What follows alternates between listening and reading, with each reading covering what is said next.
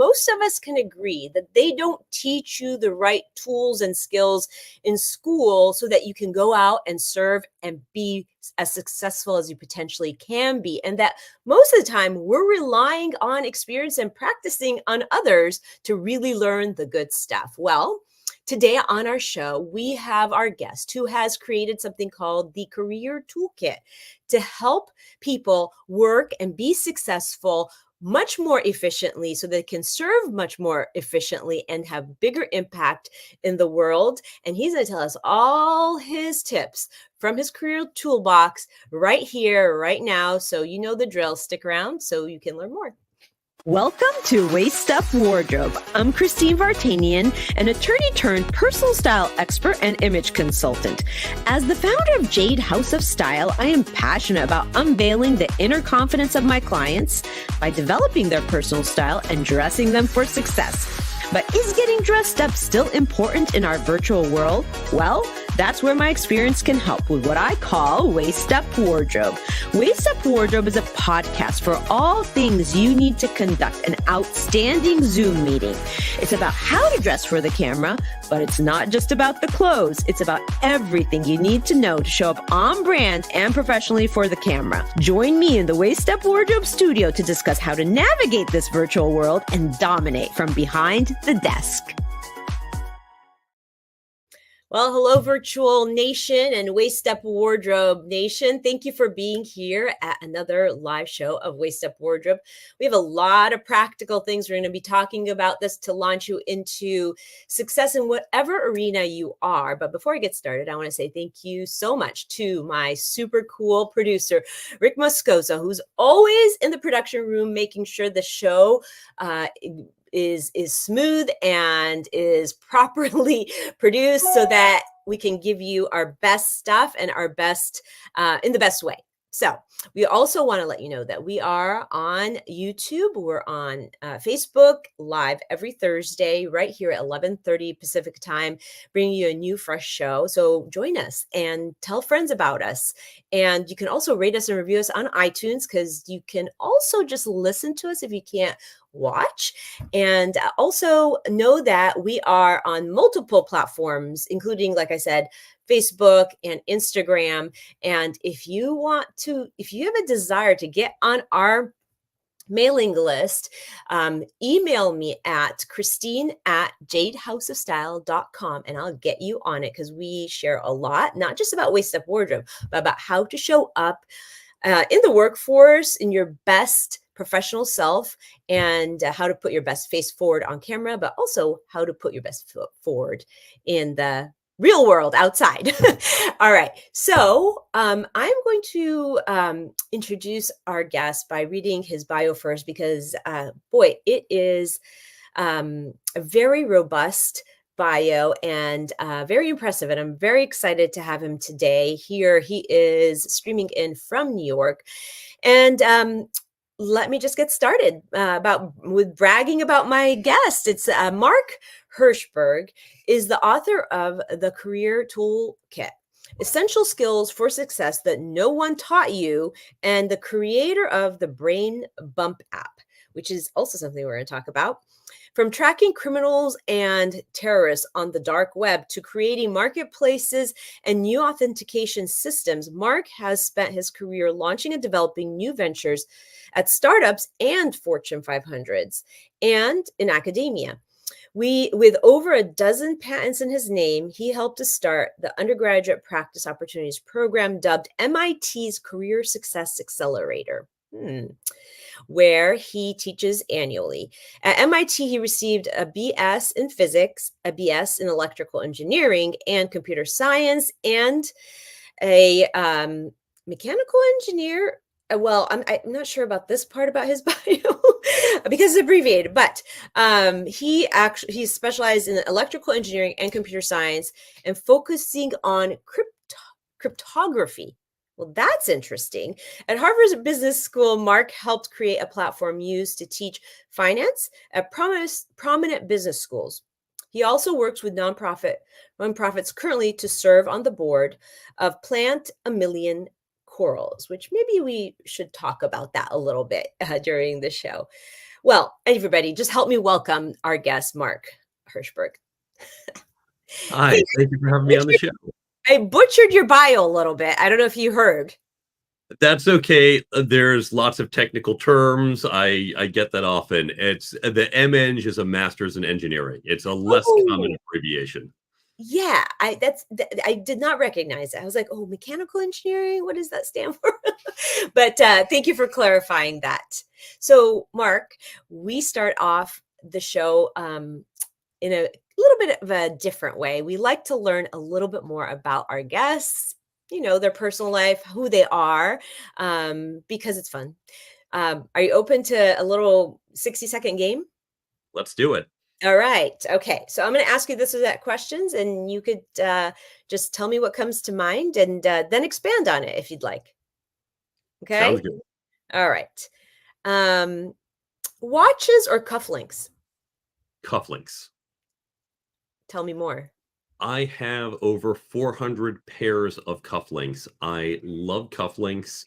Even though I work in tech where I could show up to work in a t-shirt, when I am in an office, which is less common these days because I do a lot of virtual work, but when I'm in the office, I do like to dress up, wear French shirts, and I will pick a cufflink appropriate to the day. If I am going to some event at night, I'll pick an appropriate cufflink. If we're doing something at work, or if neither of those can guide me because it's hard to choose among 400 pairs. I will look up every day is something National Dog Day, Hot Air Balloon Day, whatever, and I will find a pair of cufflinks for the day.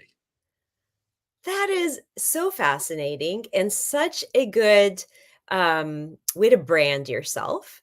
I love things that are signature to people because I'm in the business of dressing people. So my philosophy is I don't really have two clients that walk in the street that are dressed the same because I need to create a signature. So that is a really cool signature. Now, tell me, how did you start this love for cufflinks?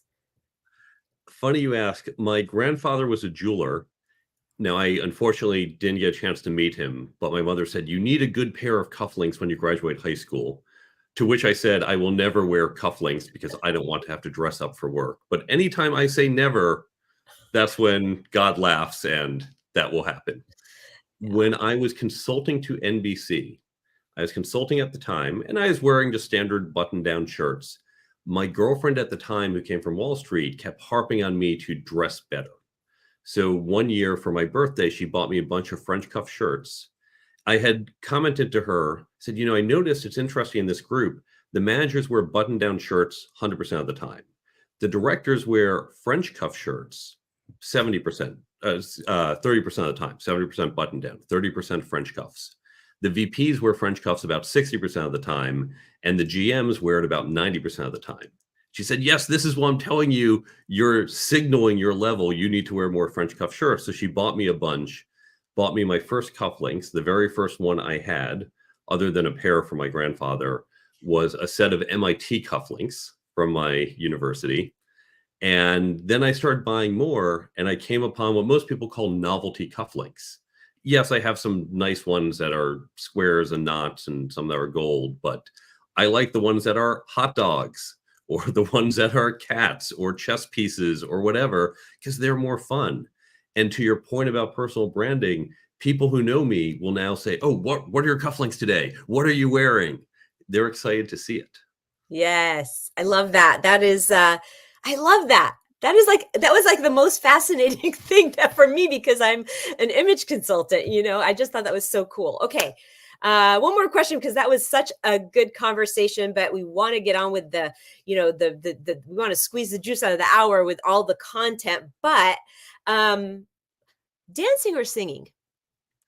Dancing. I happen to be a now retired competitive ballroom dancer, but throughout much of my 20s, I trained in ballroom dancing. I competed in all four styles, went all over the country, went to national championships for 6 years straight, went to the UK, I think twice for competitions. So dancing is a big part of my life. Well, was a very big part. Now it's a tiny part, but fond memories. Awesome. I feel like I need to have another show just about accessories for men and have you talk about cufflinks. So, because that is fascinating. And the fact that you're a ballroom dancer, that's fascinating too, because that is one of the things on my bucket list. I want to learn how to ballroom dance, and we'll talk about that offline sometime. Sounds great. Okay. All right. Well, Mark, we just reading your bio out loud is really shows the depth of what you have done in your career, and the idea of having created a career toolkit for, whether it's startups or university grads or people who are thinking of really being in business or having a business.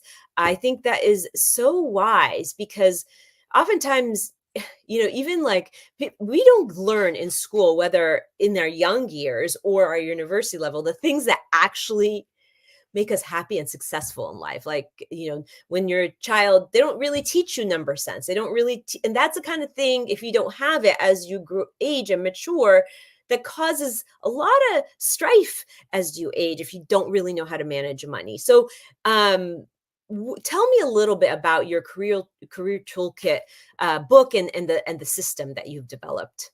There are a number of skills, as you point out, that we don't teach.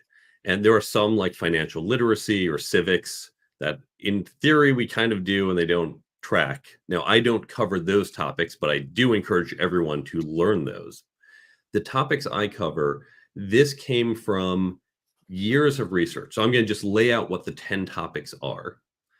And when I say 10, this is how I define it. You've seen these topics before. You might see a list of 5, you might see a list of 50. It's really just how you're defining the buckets. Mhm. But the 10 buckets I put them into, having a career plan and being able to execute on it. And by the way, even if you run your own business, you need a career plan, because it's not just about how do I get bigger titles, it's about how do I develop my skill set for where I need to be. So career plan is number 1. Number 2, working effectively, things like understanding corporate culture, how to read between the lines, corporate politics, how to think about how you're effective in your job, and how to really kind of demonstrate that you are someone who brings value to your company or to your clients. 3 is interviewing. Now, you've probably read a lot, oh, here's how to answer, or what's your weakness, or all these tough questions, or how we should dress for an interview. But we never talk about how to be on the other side of the table. How do you hire someone for your team? What do you look for? How do you do this effectively? So important. If you're a chef, you better pick the right ingredients. If you run a business or a part of a team, you better pick the right people, and we never tell you how to do it. Chapters 4, 5, and 6, leadership, people management, and process management. So I break them down as separate. They certainly blur when we do it, but they are distinct skills. I talk about each one. And then the last section, 4 more skills, we have communication, networking, negotiation, and ethics. So these 10 skills, they serve us well. Companies constantly say, this is what we're looking for in candidates, and can't find it. We have companies doing analysis. We have people talking about it, career coaches talk about it, but we never teach it. And so we started doing that at MIT. And I took those principles and said, well, we know it's not just MIT students who need it. So the book is written for a more general audience, and all my resources are written not just for engineering graduates, but for anyone at any level in any field. These are the skills and how to execute them. Yeah. Well, it sounds like you really have created the categories, essential foundational categories, and then you've used them as chapters to kind of get deeper into each category. Is that correct? That's right. And unlike many other books, because we know most people don't finish books, and that's okay. This book, the chapters stand alone. So you might say, you know what, I want to get better at networking. You go right to chapter 7. You skip that's communication, right to chapter 8, networking. You skip the first few. You say, I'll go back to leadership later. I'll go back to interviewing later. I don't need that now. So you can read it. It's almost like a reference book where you jump to what you need when you need it. Each chapter tells you how to think differently about the skill than how most people think about it. It's usually common best practice is often wrong. So here's how to think about it based on years of research from MIT Sloan and other places. And then here are concrete, actionable things you can do to execute on that skill and be more effective.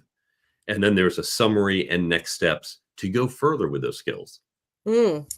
That's awesome. Makes me want to read the book. I mean, it really, I love the way it's organized because it follows a very methodical way of teaching, which I think is a great way to learn for many people. So, when you developed this system and started, promoting it, using it, and trying to help people learn it, why do you think there aren't more institutions, colleges teaching this kind of process to help people be more efficient in how they serve? It has to do with the structure of a university, which comes from the history of universities. The colleges, in theory, want to do this, but colleges are run by professors. And now I love professors. I obviously work at universities. They're great, wonderful people. But each department is run by a group of professors, the marketing professors, the chemistry professors, the accounting professors.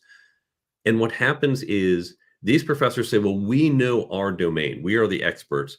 We determine what you need to get your marketing or chemistry degree. Now, sure, the university will say general requirements, do a math, do a science, do a history. Fine, we put that out there. But the marketers say, well, if you want to be a marketer, you need these intro classes, one of these intermediate or a few intermediate, and then one or two advanced classes. And if you do all that, we, the experts, say you have now gained a certain level of knowledge in marketing. That's what universities are designed to do. Because remember, these marketing experts, they are experts. They became professors. They said, we have PhDs and really know some area super well. And so we can judge how well you know these other skills. But the reality is most grads go on to the real world. They don't stay in academia. And the marketing professor says, well, we don't know if you need leadership or how to teach it or what's the right level. That's not our expertise. We only know marketing. So the professors who run the department say, we focus on what we know. And this is just how the system grew up. And by the way, this was fine. Go back 100 years, go back mid-century, and you were a cog in a machine. You sat at the desk. I think of the 1950s corporate view of the rows of desks, right? Do your job as a marketer. You got the inbox, something comes in, you do it, you spit it out in the outbox. It was fine that you only understood marketing. But in today's world, that no longer works. You need these other skills, and the universities have not caught up to it because the professors aren't trained in, is this important and how do we teach it? Yeah. That is real. There's a lot of layers to peel there. So it's interesting. You don't work in a silo. You work, and so it's really important to understand the crossovers between the different types of things: negotiation and marketing and leadership. All these things that there's crossovers, and it's really important when you go out and practice. I guess you start learning it in practice, but having a system is that much better because I mean, we're in a different world. And I bet AI is probably going to be changing all that, maybe even making it easier for people to learn um, the connection between marketing and communication and so forth. What your thoughts on that? It can help and it can hurt. Mhm. Now, as you noted earlier, I have a day job in technology, and I actually do a lot with AI. I have some patents in that field. Some of my clients, we've got AI products. AI can help when you're saying, how do I communicate this idea? I know what the idea is, but how do I communicate it to this other type of person? And that's where AI can be very helpful. But it can also, not only can it lead you astray sometimes, it's going to create a volume of communication that is more noise and signal. You're going to be getting so many more emails and longer emails. So, oh, I can write this beautiful long email now. I didn't have 20 minutes to do it before, but AI can generate. I can do it in 2 minutes. So now I'm going to send a longer email, and you're going to send a longer email, and everybody sends longer emails. And all of a sudden, go, oh my God, my inbox is blowing up. I have so many long, deep emails. Oh, wait, maybe I can use AI to summarize it. But now what's happening? AI is creating it, AI is summarizing it, and we're getting this game of telephone between AI, and it's just going to turn into a mess. So we have to be very careful. It can be helpful, but there are pitfalls. Absolutely. I mean, it's like anything else, any other new technology, actually anything in life. Anything in life can be used for good, and anything in life can be that same thing can be bad. You have to be you as the human have to be the controller of it, right? So you have to decide. It's your intention behind the thing that, whether it's AI or anything else, right? That needs that how it's going to be used. But you often say that people need a career plan, and I'm sure that the toolkit has helped people in your circle or people that have been exposed to it create that. Why do you think people need a career plan? Imagine the following. Imagine you're at a job and it's January 1st. The CEO comes to you and says, here's a super important project. Half of the company's revenue depends upon this project. You've got a year to do it. What would you do? Would you say, okay, sounds good. Let's set a meeting for December 31st. I'm going to go off and I'll see you then. Cross your fingers, hope it gets done. That's insanity. We'd never do that. We'd say, this is important. Why don't we have a monthly check-in? And why don't you create a project plan? Say, here's what we're going to do. Here's how we know if we're on target, if we're going off target. Now, we know in work, and this is what trips people up with career plans, we know if you make this plan at work for this year-long project, you're not going to stick exactly to that plan. Your plan will change because things happen over the year, and that's okay. And as you do it, you might say, oh, we're behind, or this is harder than we thought. We need to revise the plan, or something went better than we thought, or we actually are shifting our goals. All of that can happen. That's valid. But you have a plan and you meet to do a check-in and revision of the plan as necessary. We've all done this at work. Well, if a project that's 50% of the revenue for a year requires that much attention, then what about your career, which for many people, it's 100% of your revenue, and it's going to be not 1 year, but 5, 10, 20, 30 years. Why would you say, well, let's just cross our fingers and hope that at the end of the road, we got to where we wanted to be? That is insanity. So we need to create a plan. Yeah. Well, and I see the complete value in that, because it's almost like you set a goal and you have to have the mini steps, the mini goals to get there, and things do change and shift, and you have to adapt. Sometimes it's kind of like having a fence on the side of a cliff, keeps you kind of in line, right? Exactly. Yeah. So yeah, and so I totally agree. I think that's definitely valid. It's almost like you're just not being governed by wherever life takes you. You're being governed by a general baseline process, and then of course you have to have the flexibility to adapt if need be, right? And here's a simple thing. You can do this right now. This is the type of actionable, concrete advice that we give in the book. Right now, pull out your phone, create a calendar event next week, next month, that says, review my career plan, and set that as a recurring event, maybe annually, maybe every 6 months, because now you've just created a checkpoint that you're not going to go 5 years and say, how did I get here? You're Yeah. going to have this check-in every 6 or 12 months that says, hey, let me just think about my career plan. Am I on track? Am I still headed in the right direction? Do I need to make changes? Now, ideally, you've created a career plan, or you use this time to create one. But something as simple as creating that recurring calendar event, that's that fence to make sure you didn't fall over the edge, and now you're sticking to the right path. Yeah. Do you? I don't. Everybody talks about vision boards, right? The future, setting goals. How is the career plan different than the vision board? Is the vision board sort of the end result, or do you have a opinion on that? Vision boards can mean different things. I'm less excited, although if it works for you, use it. Of here's the board. I posted pictures of whatever goal I'm doing.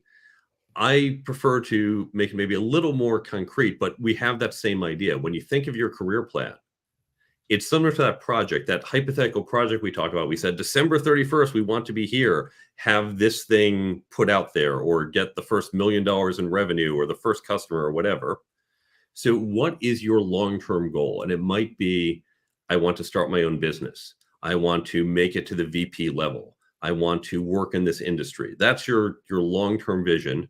But you want to be, here is my specific goal, as specific as you can make it. Yeah. And then we want to back out, because if this is where you want to be in, let's say 15 years, let's do a concrete example. Someone says, I want to be the VP of finance in 15 years. Okay, great. Now we haven't talked about what company or anything else, and that's fine. What does it take to be a successful VP of finance? Well, you have to understand finance. Think, well, I got my degree, I understand some basics. You look and say, most VPs of finance have an MBA. So between now and 15 years from now, I need to get my MBA. Oh, and they need to know how to hire people, because that's important. I haven't hired anyone. That's a skill I need. And so you start to back out and say, here, for this role I want, this end goal, and I'm giving a role. It could be, I want my company to be 200 people or doing 5 million in revenue, or whatever your goal is. Okay, how do I get there? If you're hoping to run a team of 100 people, no company is going to say, well, you haven't managed anyone yet, but here's a team of 100. Before you can manage 100, you need to manage a team of 60, 80 people. Before you do that, you need to manage a team of maybe 30 to 40 people. Before that, maybe it's 10 to 15 people. And before that, maybe it's 5 people. So you're saying, okay, I backed out. I went for my long-term goal. Let me back out. So I'm not going to figure out how I'm going to manage 80 people. That's down the road. But I need to say, how can I manage 5 people? Let me talk to my boss. Can I get involved in some project? And you're going to build those steps. So basically, you set the goal, you reverse engineer it so that you know the steps to get there, or you have these touch points to get there. Because we know that can get altered, but at least you have certain like checkpoints, like you said, that you can meet. That's right. Now, what trips people up, it's not you're saying, oh, I'm doing this exact skill at this time. You have fuzzier buckets. Hey, at some point between years 5 and 10, I need to get my MBA. Doing it sooner doesn't make sense. Doing it later is probably pushing it. And I don't know if I'm doing that year 6 or year 8. I'll figure that out as I get closer. At some point, I need international experience. I'm not going to get it at this company, but that's okay. The next job or 2 I take, I need that international experience. So don't worry about making the plan exact step by step, because that's what trips people up. The further out you go, the fuzzier these buckets are. And that's why we have that check-in every 6 or 12 months where you say, now I'm getting closer. Let me make it a little more specific. I think that is really good advice. So I'm going to do something different here, because I have kind of ulterior motives. This is how these interviews go. Sometimes it's just you kind of invent it as you go along.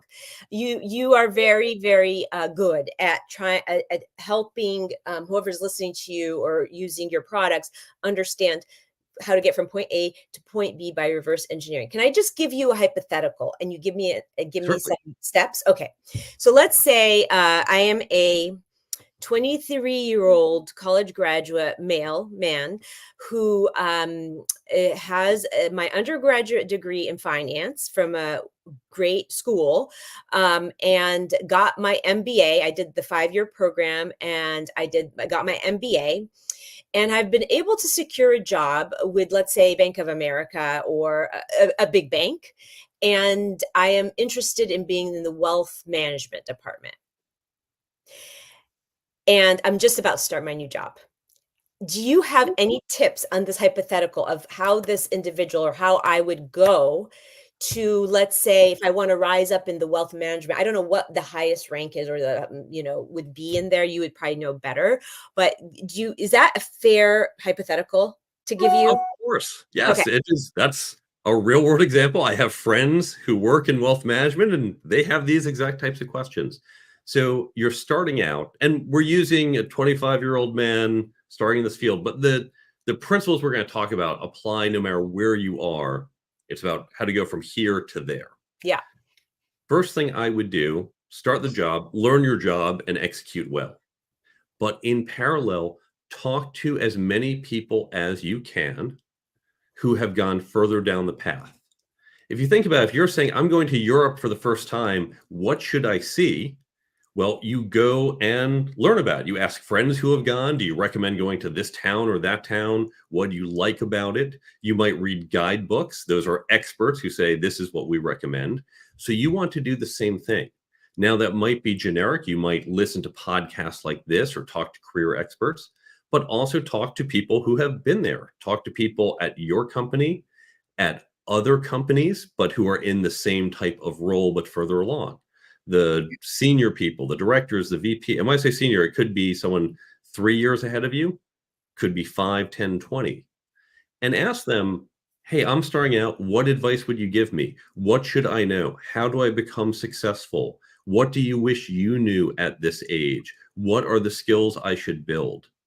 The great thing is when you talk to someone else and say, I want your opinion, you are flattering that person. You say, I think you are someone smart, who I respect, and I'd like to hear your thoughts. People love that. And so at conferences and other events or with your coworkers, reach out, get that information. Using that feedback, start to build your plan. Say, here's where I want to be in 15 years. So now I know here's where I want to be. Here's where I am. There's a gap in skills and experience. Let me start to build out that plan. What am I going to get in the next year or so? And that should be very concrete. What will I be focused on maybe years 3 to 6, years 6 to 10, years 10 to 15? Those are the fuzzier buckets. And in the book, I have a much more, we're doing this at a high level, but we really break down step by step how you can do this. Yeah, that's awesome. So I just gave you the example of my son who's 23, who's about to start his new job. He's coming back from New York today, and he starts at like next week, Monday. So that's why I said I had ulterior motives. But I just thought it would be, since I've got you right here, I would love to get your take on that. And I know that would help a lot of people as well. Did you suspect that? I did suspect that was probably, it was someone specific, and I suspected probably your son. That just felt like it felt like a mom question. Okay. Well, see, you're very astute. That's awesome. Okay. No, that was really, really helpful. And I think that obviously having the book as a tool helps you break it down even farther, because of course you give us the kind of bird's eye view, but then getting into the book can really be super helpful. So I'm definitely going to recommend the book for him. So I want to just take one of these buckets that you outlined, because just in the interest of time, maybe you'll agree to come back on the show and talk about some other buckets. But, you mentioned 10 categories. Let me ask you about interviewing, and maybe I'll get a chance. We'll have time and I can ask you about another category, but let's talk about interviewing. What if somebody needed to learn to be a better interviewer? What do they need to know, or what do they need to learn? Now, by the way, we're going to talk about interviewer, the hiring side. Yep. Being better on that side makes you a much better candidate, interviewee. If you're going to be an interviewer, you want to be very focused. Now, here, let me just give you an analogy about how unfocused we are. Imagine you said to a 16-year-old son a couple years ago, said, hey, you're old enough to drive. You know how a car works, right? Like, you've seen steering wheel, there's a gas and a brake. Yeah, okay, you get it. Yeah, you've been in the car with me. So here are the keys. Best of luck. Try not to kill anyone. That's insanity. And yet, what do we do in the office? Hey, you've been in an interview before. Yeah, in fact, we did an interview together. So yeah, you know how interviews work. So here's the keys to the interview office. Best of luck. Try not to kill anyone. That's what we do. That's the amount of training most people have, and it's insanity. So we want to be much more intentional. We want to understand, what are we hiring for, and then how do we assess that? And unfortunately, most people fall for the street lamp effect. This is a famous anecdote that is a psychological phenomenon. In this anecdote, there's a drunk man staggering around the street. A police officer comes over and says, buddy, are you lost? Are you okay? He says, oh, I'm trying to find my house keys. Officer says, okay, well, let me help you look. They look all up and down the street, and they just spend an hour. They can't find anything. Officer says, look, we've checked everywhere. we're not seeing anything. Are you sure this is where you lost your keys? The drunk guy says, no, no, no, I lost my keys over in the park. She says, well, if you lost them in the park, why are you looking here? Drunk says, well, it's dark. There aren't any street lamps in the park. We look where it's easy to look. And if you look at job descriptions, they say, do you have X years of experience with this? Are you familiar with tool Y? Very important. And we can assess that. Oh, you've worked at this other company, so I know you have X years experience. Tool Y, you tell me you've used it. I may ask a few questions. Great, do that. But there is more to it. And understanding, how do you get along with your coworkers? What qualities are important in teamwork, and how do you bring that to the team? How do you think about hiring people? How do you lead people if you're in a leadership or managerial position? Most people don't even think about how to ask those questions. And even if they ask, they don't know how to assess them.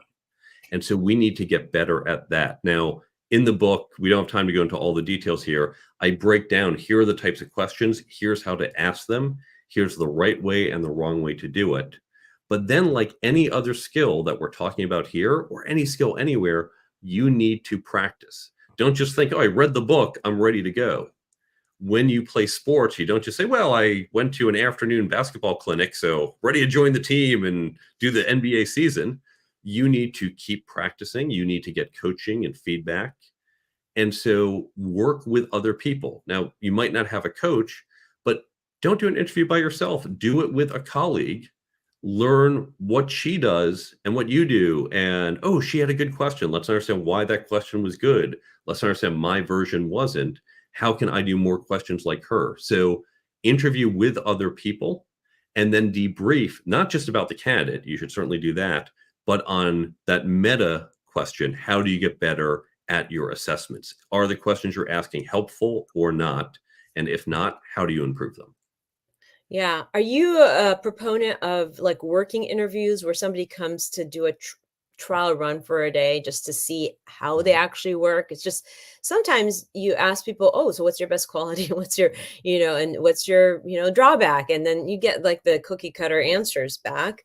And a lot of people, of course, are putting their best self forward. But in real life, like how is there anything you do from a practical standpoint as an interviewer to ascertain that? And first on those questions, there's ways to go deeper. After you ask them, what are your best qualities, what are your worst, you get the cookie cutter answer. You can then drill down to figure out, do they just go, I'd say ask Google, but ask ChatGPT, oh, how do I answer this question? Okay, now let's push further to see, are they just spitting out what they read, or do they really believe and live this? To your question of working interviews, I think it depends on the role. A friend of mine has a software company, and their interview, after maybe the first conversation, they bring someone in for a day and say, you're going to pair program. This is where two programmers work together in parallel, which is how they work. You're going to spend half the day with someone, half the day with someone else, and we'll see how you do. Now, they pay them for that time. Say, you're giving us a day of work. I know that's not easy, and we're going to pay you because we don't want you to feel like we're taking advantage of you. I will do things, if you're a senior level person, I might ask a question between this round and next round. I say, when we bring you back, here's a hypothetical. Here, if I gave you this much budget for the year, come up. You don't have to get exactly detailed, but come up. How would you allocate this budget? And then we're going to talk through, why are you allocating it this way versus that way? How are you thinking about it? What are the questions you need to ask before you do it? So it's not exact, but it's getting more realistic than just hypotheticals. Yeah. It's like you're giving them a little mini project to kind of think out loud and tell you how they think. You could see how they think and how creative they are. I happen to think that creativity is one of the most important things people can possess in any line of work because, whether you're a lawyer or eh, somebody technical, even like a scientist, just thinking differently, being able to think differently, to look at something from a different perspective is valuable in every arena. So I happen to think that it's really, really important to see how people think when you're, you know, um, considering being a partner with them or employee, employer, and so forth. Do you have any opinion on that quality or that ability to be creative? I think for certain roles, that is very important. And I say certain roles because it really does vary. I don't want someone running my nuclear power plant to be super creative. I want them to be very process oriented. In fact, if Yeah. they're a creative person, they might get kind of bored.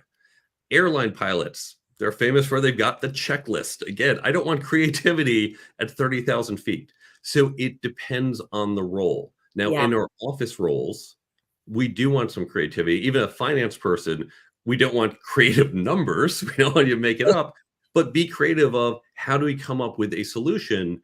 Sure, we want more money, but we can't necessarily maybe raise it right now or have constraints. How do we creatively meet our financial needs? Yes, you want that. So this goes back to the street lamp where you say, how do I even measure creativity? You know what? Let's just look on the street, not in the park, even though what I really want can be found in the park. So come up with what are these other skills? Yeah. Creativity is one good example. And then how will you assess that? And there's different tools to do it. And even that's different types. There's the famous question where we just give you 60 seconds to come up with an answer. We won't do this live. I'll leave it as an exercise for the reader. I think Malcolm Gladwell used this answer in a book. You ask a candidate, you say, in 60 seconds, come up with as many uses as you can for a brick. Now, brick, I could have said pencil, could have said earring, whatever. Here's what it is. Now, that's a creativity on the spot. I would like to see that. Let's say if I was hiring a writer for a TV show, maybe someone doing copy for some ads, because that's a lot of brief creativity. On the other hand, if it's a marketer and a more strategic level marketing role, I might say, come up, here's a product, come up with creative strategies to sell this product. Or if you're an engineer, come up, here's how the right way to solve this problem. Pretend for whatever reason you can't, or this piece didn't exist. How would you go about? What things would you explore to come up with an alternative solution? And that's going to be more kind of big picture creativity, which is different than give me that rapid fire uses of a brick. So Yeah. understand what you mean by creativity and then create the right type of assessment, question or exercise or other activity to really find out if the candidate has what you're looking for. Yeah, I mean, that is thank you for that distinction, right? Because you're absolutely right. Maybe the better word is resourcefulness, right? How to get out of problems. Maybe that was the better way, but I totally understand what you're saying. For those people powering those nuclear plants, you want like those West Point graduates that follow order, So yeah, I get it. That was awesome. So I wanted to touch on ethics and I wanted to touch on networking, but so I'm going to try and do both. We'll see how it goes. How do you build a good network? How would you advise people to do that? Most people think about networking as social media followers. Oh, how many people am I connected to on LinkedIn? How many business cards did I collect or email addresses? That's not networking. Here's the way to think about it. Imagine I'm on a dating app. I'm swiping, swiping, swiping. Oh, and I swipe right, and there's this girl, Katie. Oh, I swipe right on Katie. She swiped right on me. Go, great, Christine. Guess what? I am in a relationship. Girl's name is Katie. Say, oh, Mark, how long have you been dating? Well, we both swipe right, but she's my girlfriend. Mark, congrats that you got a swipe right, but she's not your girlfriend. She's expressed interest. Hey, that's good, but I wouldn't call that a relationship. And yet we do this. Oh, I have your business card. Oh, we're connected on LinkedIn. We have a relationship. No, we don't. We have a swipe right. But in the dating example, now we have to go on dates and build the relationship. Likewise, if we connect on LinkedIn or I meet you at a conference and get your business card, that's the swipe right. But now we have to build the relationship. It's not dating per se, but it is getting to know each other and building that trust. And so we need to shift from, well, how many connections do I have? How big is my address book? To actual relationship building. Yeah, that's really good. That is exactly right. It's always so strange that you go, you exchange cards, and all of a sudden you're on somebody's email list, right? It doesn't work that way. If you really truly want to benefit from the connection. You really do have to go a little deeper and give it time to ripen that relationship so that they can legitimately be part of your network. You know each other, you know each other's work, you've dated, so to speak, from a business perspective. That's really, really good advice. And I really want to touch on ethics, because I feel like ethics should be underlying everything that we do. So can we touch on that really quick? Give us like your 60-second ethics course. Ethics winds up, I'm so glad you're asking, it winds up being the redhead stepchild of this list. Companies say they want it, but always comes in last, and it always gets tossed out the moment you have a problem. We need to practice and prepare for ethical situations, because they usually happen in high pressure situations. The example I like to give, think about the fire drills we did as a kid. Now, I've been in buildings where the fire alarm has gone off. No one's running, no one's shoving each other, no one's using the elevators, we're all taking the stairs, because as kids, we were trained, when you hear this alarm, calmly walk, take the stairs, and we all learned to do that. Like, great, even though it's a high pressure situation, maybe even life and death, we were taught, don't panic, here's what to do. But we get into these situations where I say, oh, the customers are upset or money's really tight. Boy, if we cut corners, if we do something unethical, that can relieve the stress. And that's our first thought. Just like your first thought is probably out of my way, shoving people out of the way and running to the exits. But because we've been trained, we don't do that. And we have to do it with ethics when you get into a high pressure situation, because we've thought ahead of time and we've had some of these guardrails. We can avoid making those mistakes and trampling our colleagues and doing unethical things when we have this ethical fire. Yeah, no, really important. It's key, because you kind of have to build your foundation on that, somewhat. It's kind of your values. It's in we're always speaking in business about your values, your core values, and how you conduct yourself in business really depends on, how much practice you've had in working those ethical codes and ethical moral dilemmas as you encounter them in business. That was awesome. So at the end of every show, we summarize some key things, because we want whoever's listening to at least have the things that they can maybe think about top of mind. What's one takeaway, Mark, that you would, if somebody's listening and you want them to take nothing else away but this one thing, what is that one thing? We mentioned earlier that these skills require practice. So when you read a book like mine, listen to a podcast like this, read an article online, don't just make it one and done. Have someone else listen to the episode, borrow the book, read that article, and then discuss it. Because it's that act of discussion that's going to create the reinforcement and will help you go deeper. Maybe you missed something. Your experience is different than mine. You might have a different perspective, and that's going to help me understand it. So as you develop these skills, don't do it alone. Create cohorts with other people, and that's going to help you better learn, retain, and apply the skills you're trying to address.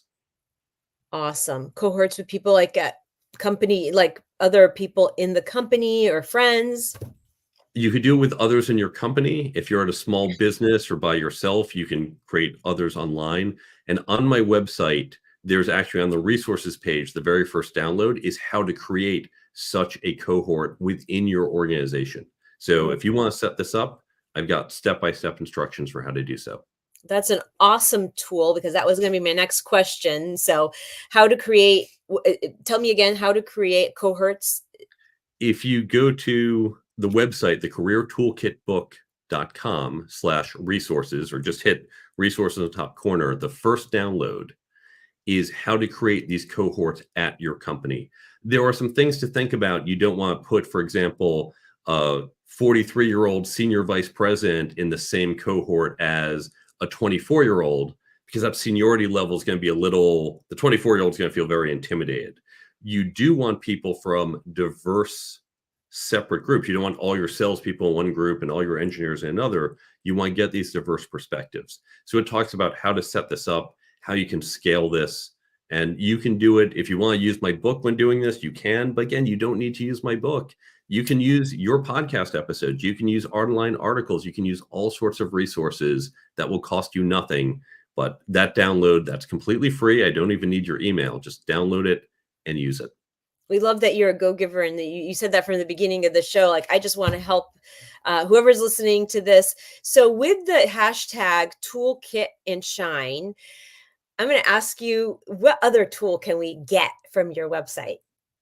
There is another free tool that I have called Brain Bump, and this is at brainbumpapp.com. When you read a book like mine or listen to an episode like this, you say, wow, great tips, and then you forget it. What I said about networking, are you going to remember that next week? Probably not. What I said about putting that reminder in your calendar, you might forget that tomorrow. So Brain Bump takes the key ideas from my book, plus dozens, scores of others, and we're growing that list every week. All that content is in an app that goes on your phone. It is 100% free, no credit card. We don't take any data. There's no ads. It has all these tips. They go in your pocket, and you can either pull it up just in time. So let's say you're at a conference and you're thinking, oh, networking tips. Open the app and look for the topic networking. If you've downloaded my book or some of the other content with networking tips, there you go. You'll get all the networking tips as you stand in the lobby, flip through it, and then walk in with confidence. Or you can set up to get a daily reminder. If you're a first-time leader, you might say, I want to get a management tip at 9 a.m. every day, just so it's top of mind as I start my day. And so the app, you don't even have to open it. You'll get that reminder. Again, the app is completely free, brainbumpapp.com. Love that. Brainbumpapp.com. Okay. I love that. I'm going to check that out. Finally, action item. Why don't we send the audience out there to take one action item that's easy that they could do right away, and kind of start thinking about all this content that you just delivered to us? Create that cohort at your company. Do it informally. Just get a couple friends and say, we're going to do it together. It works kind of like a book club, but you don't have to do it with a book. You can do it with, we're going to read these 5 articles online, 5,000 word articles. You can find the time in a month to do that.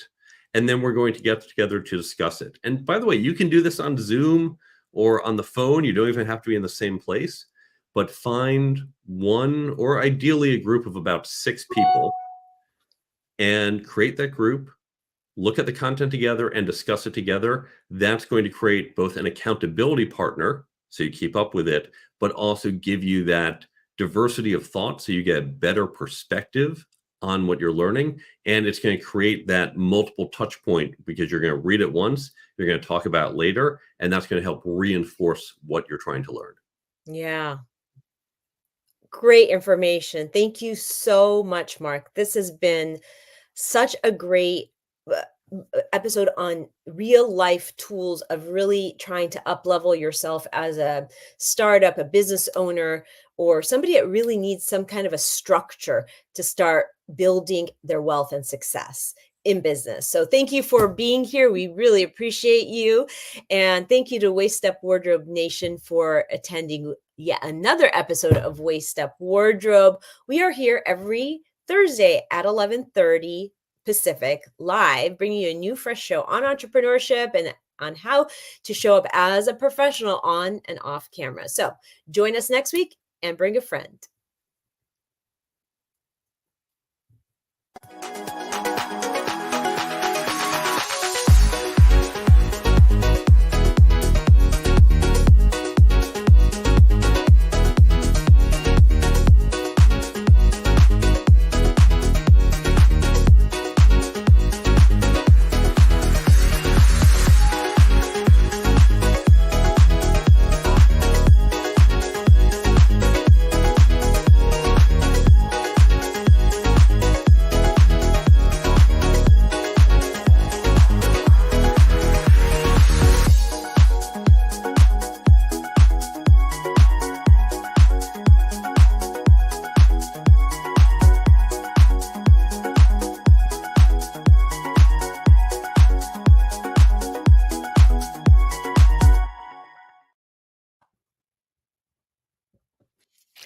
How was that for you?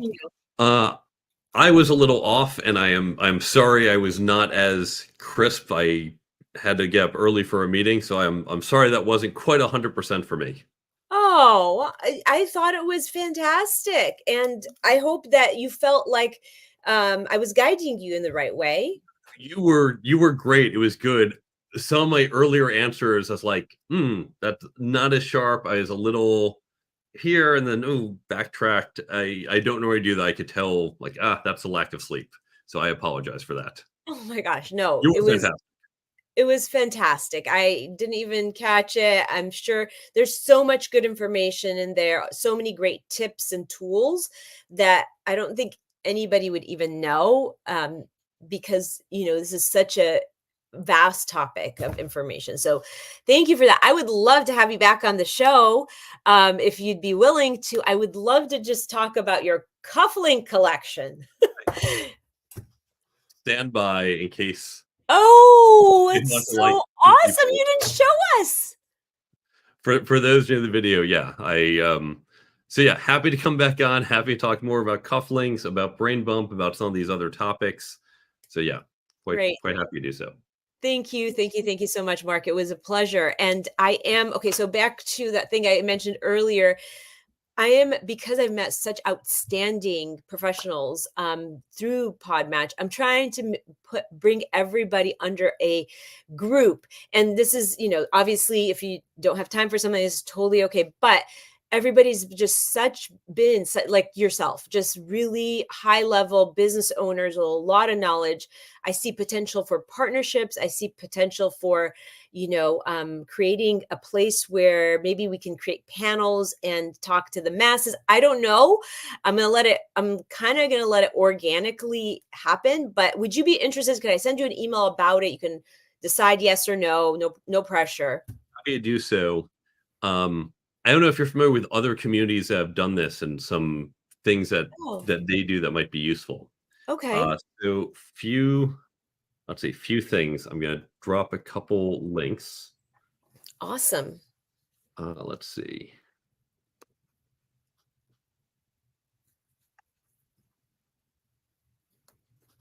First, this is maybe less relevant. I'm putting this in the private chat. This is my article on, like, how to get the most out of a podcast, and the short answer is, like, the people you meet are usually far more valuable than, like, I got so many sales from an episode. Yeah. It doesn't happen for most people. So I 1,000%. think we're thinking about the right way. Yeah. There is. Are you familiar with Gem? No. Okay. There's a guy, Jason Van Orden. Jason, along with forget the other guy. It's Jason and someone else. This is, again, me being tired. I'm going to forward you something. Let me just drop the URL in. They do this monthly meetup. This is one. There's two others I go to. This is probably the best of all three. In fact, there's one next Thursday around this time. It might conflict, actually. If you're doing this live, you might not be able to make this. The way it works, they just not everyone was like a guest. These are just people kind of in our world, people who are podcasters, speakers, guests. Get everyone together. They do an intro. They'll do like a 30-second pitch. It's not about something like, hey, here's who we are. Like, yep, this is your house. Remind us of your services. And then they put people, they'll do 3 different breakout rooms. So you go into a room with like 3 other people for 10, 12 minutes.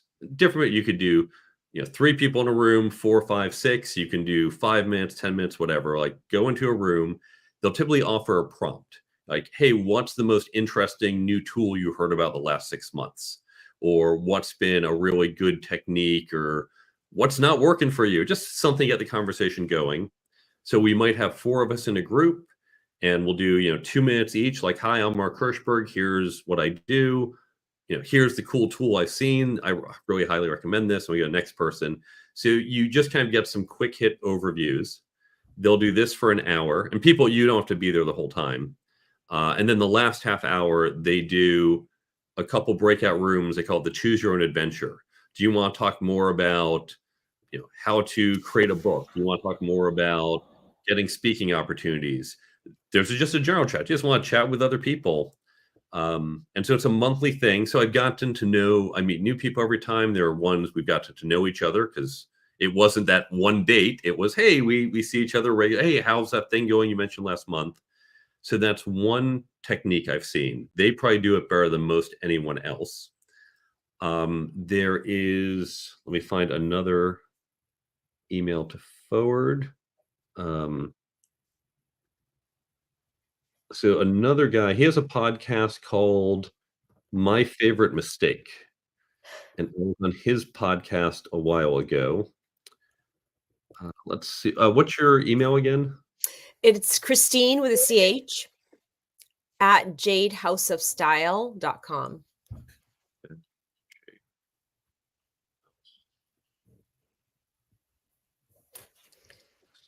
So I know I have it somewhere. It was just faster. Yeah. I can spell it correctly. Oh, there we go. So I'm going to forward you. He has his alumni newsletter. Okay. And so this is just for, I'm sure he has a regular one for listeners. This is for his alumni folks. It's probably pretty similar to the one he sends out as a regular blast, but he sometimes has different content. So that's another thing you can do is create like an alumni newsletter. That's probably as less interactive. And I mentioned, Jem does it monthly. There's one other guy, he's trying to do it quarterly. So yeah, there's definitely a way to do this and to help people. A common technique in all this is also to keep you just have a list. So at the end of each gem, people fill out. He's like, here's a spreadsheet. Opt in. I'm like, nope, don't want to share my info. But if you do, it's name, contact, LinkedIn, podcast. Here's the clients I look for. Here's what I need help with, more speaking engagements, more podcast guests, whatever. And so that's just helpful because even if you didn't meet someone or you met them for 2 minutes, you've got more information and can follow up. Yeah, no, that's amazing information. Thank you so much. I've been sort of marinating on the idea, not knowing what I mean, I don't even, is there a platform that is, because I was thinking of doing a Facebook group or Circle, using Circle to engage everybody. Do you have an opinion on what is a good platform? For these, everyone's using Zoom and they're just doing like, here's the once a month or once a quarter Zoom call. Okay. If you can make it, great. If you can't, no worries. Got it. Okay. It usually works best because Yeah. Facebook groups, people are like, don't want another Facebook group. Yeah. You can do it maybe LinkedIn, or some people are doing Slack. Mm-hmm. A member of some Slack communities, but I really, the challenge is for these groups, like how many groups do I have time to monitor? Whereas if you do the Zoom call, it's like, here's the call. If I'm free this month, I join it.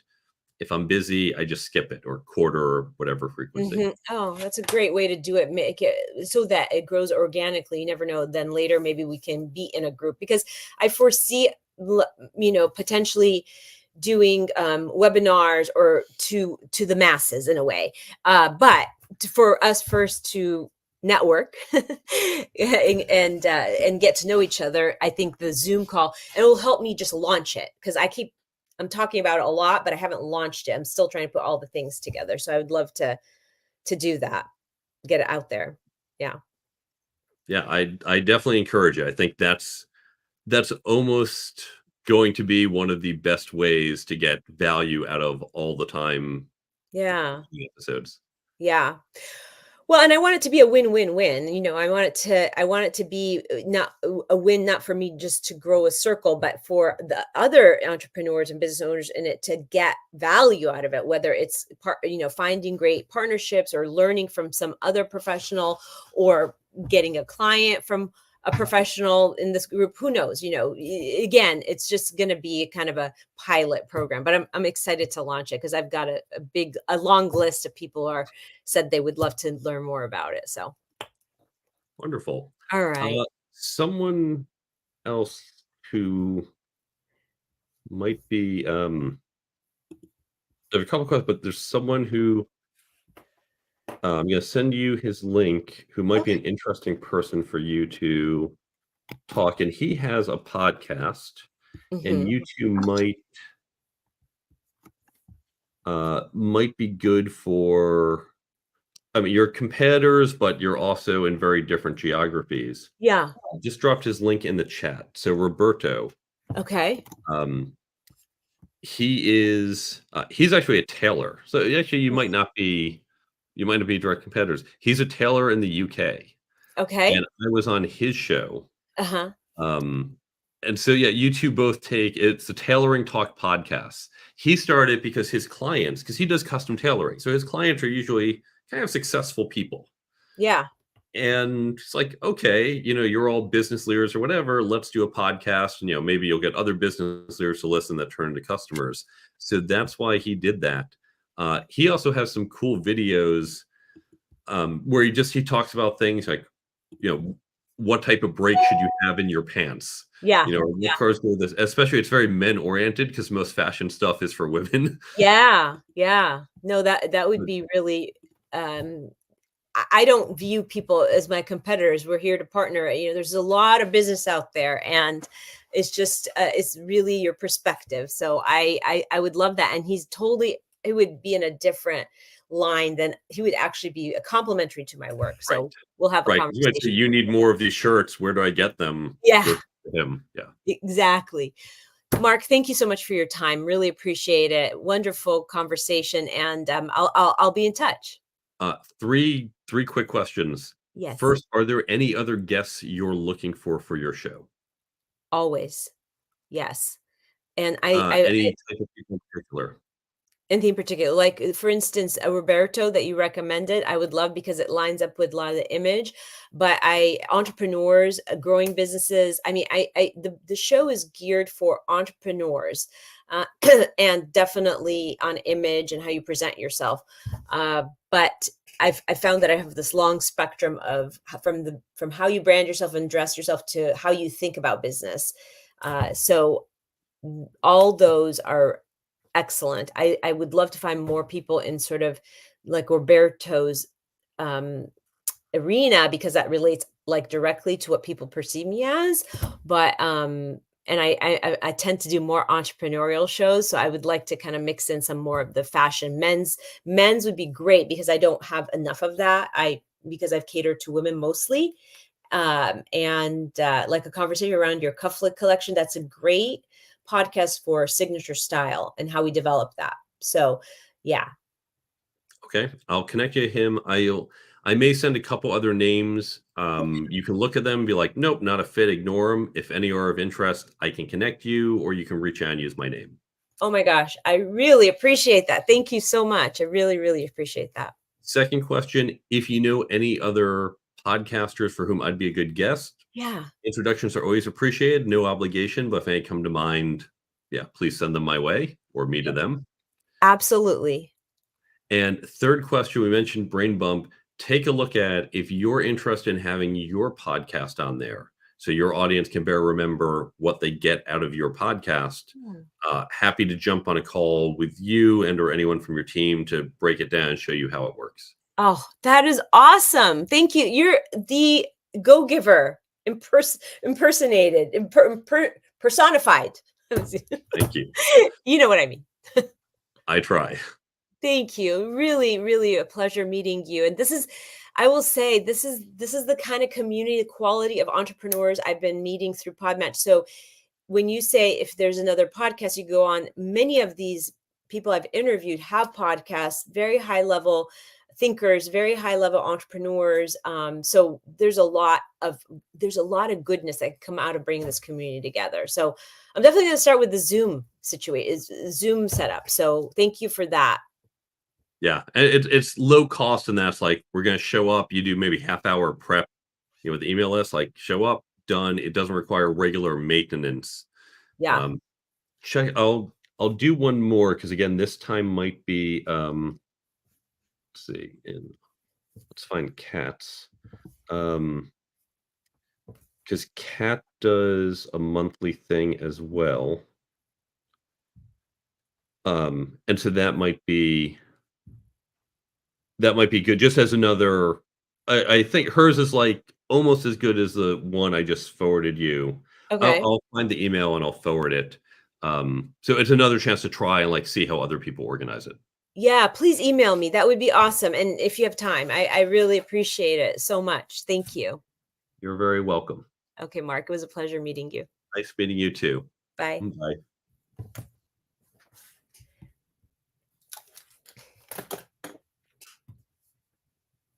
Oops, sorry. Hey. That's a good one. That was really good, huh?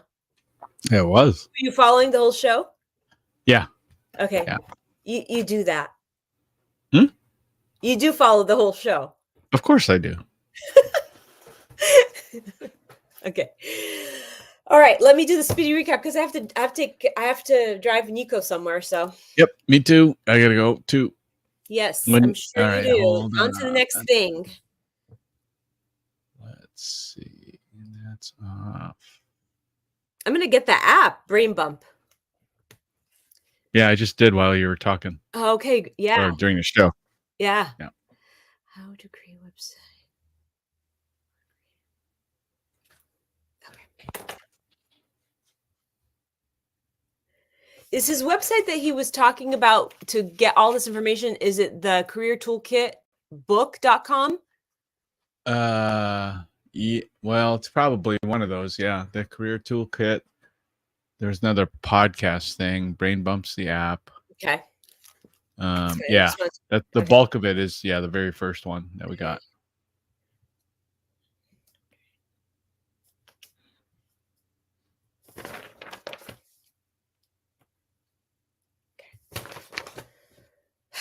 Career Toolkit. Your Career Toolkit. I think the title is misspelled, Rick. It says the Your Career Tool It. It should be Toolkit. But Oh. Career Toolkit.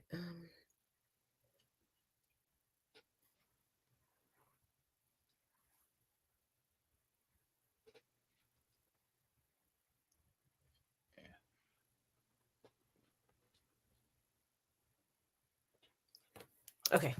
Tell me when you're ready. Or are you ready already? Hold on a second. Okay.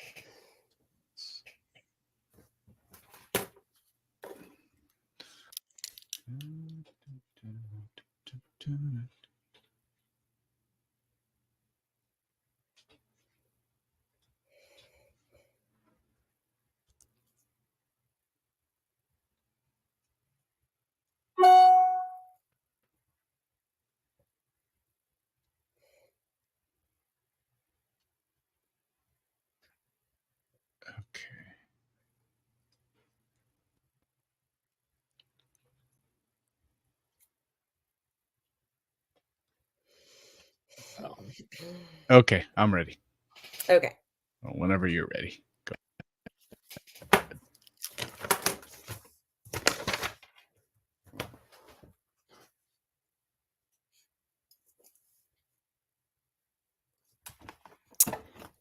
Let's see.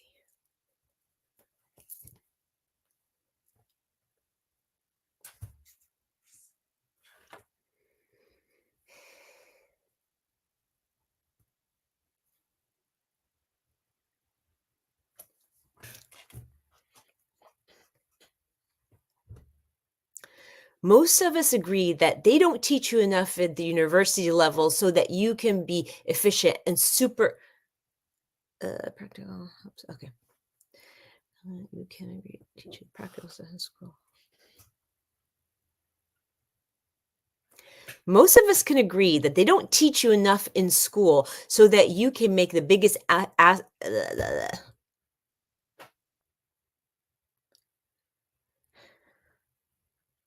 Most of us can agree that they don't teach you enough in school so that you can go out into the world and be as impactful as you can be and be as successful as you can be. You really are learning through experience. So what are the steps?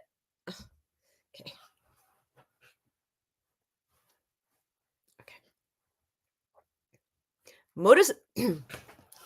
Most of us can agree that they don't teach you at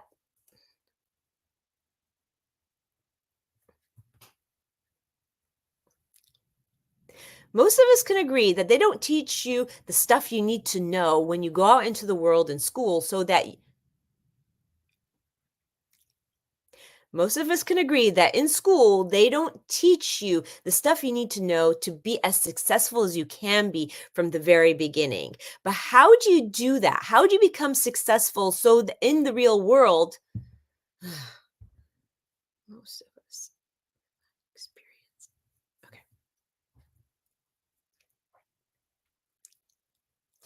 Most of us can agree that in school, they don't teach us everything we need to know when we go out into the world so that we're successful. So you learn through experience and practicing on others, which is not the best way to learn. So how do you go out into the world so that you can, oh man, I really butchered that. I'm having like a inability to speak moment. Okay, try again.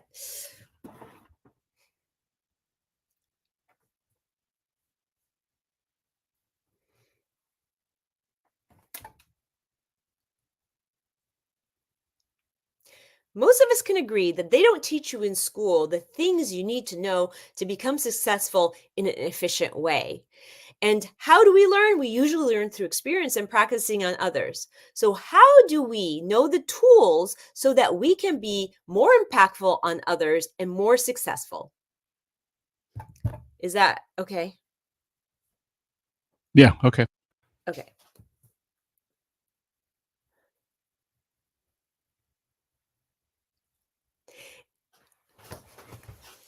In Waist Up Wardrobe episode, I'm going to start over again. In Waist Up Wardrobe episode 163, your toolkit, your career toolkit. Okay. In episode 163 of Waist Up Wardrobe, your career toolkit. In episode 163 of Waist Up Wardrobe, your career toolkit, our guests.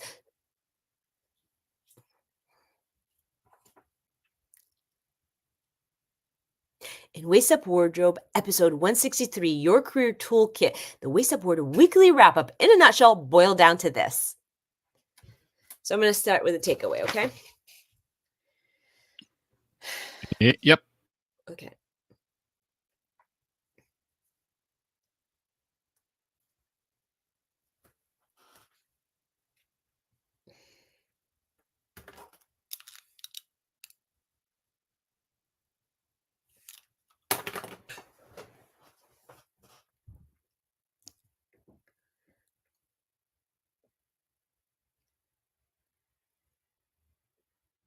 The main takeaway was this. If you want to get better in any one area that our guest spoke about, like let's say interviewing somebody or ethics, start over again.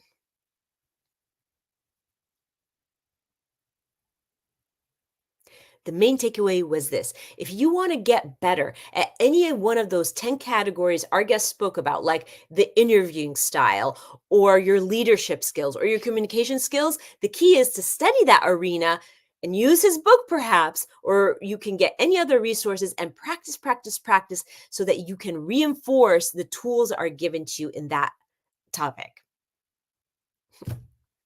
No? Yes? Can we make that work? Nope. Try it again. Want to do it again. Okay. The main takeaway was if you want to get better at any one of the categories, I'm going to start over because I was looking at the wrong camera.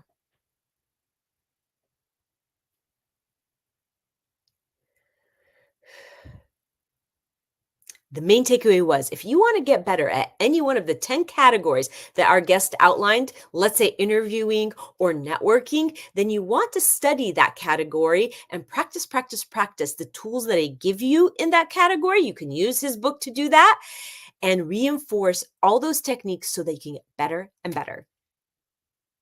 Yes? Okay. Wait. Yeah. Yes? Okay, cool. Because I couldn't really hear Yeah. you. Okay.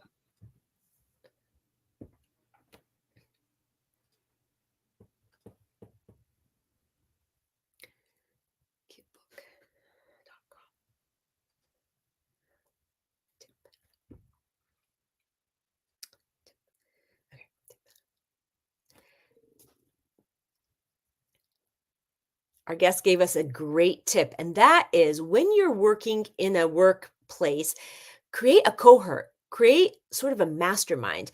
7 or 6 people in your industry, in different levels of employment, get together and mastermind and think about some of these techniques that are making you better and better. Creating those small pods, those small groups can really help you polish your skills. Is that okay? Yeah. Okay. That'll work. That was a tip. But the tool he gave us, now that sounds fabulous. It is the brain bump. Okay, never mind. Brain bump app. Okay.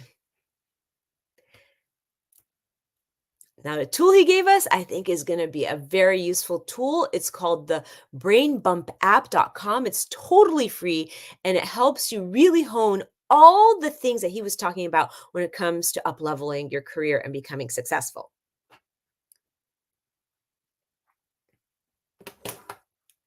Action item.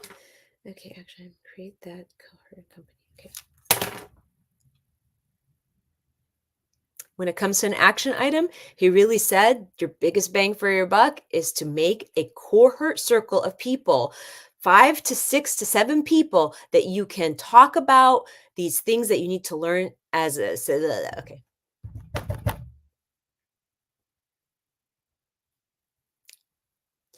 When it comes to taking action, your action item is go create that pod, that circle of people in your company where you can mastermind with and talk to about all these little tips and tools that you can use to make yourself better in all categories, including networking, communication, and anything you want to get better at as you climb that success ladder. That's good enough for me. What do you think? That'll work. Sure. All right. Any chance we can get this part soon today? Tomorrow. Okay, that's good enough. Yeah. Okay. Thank you. You are Is welcome. there a way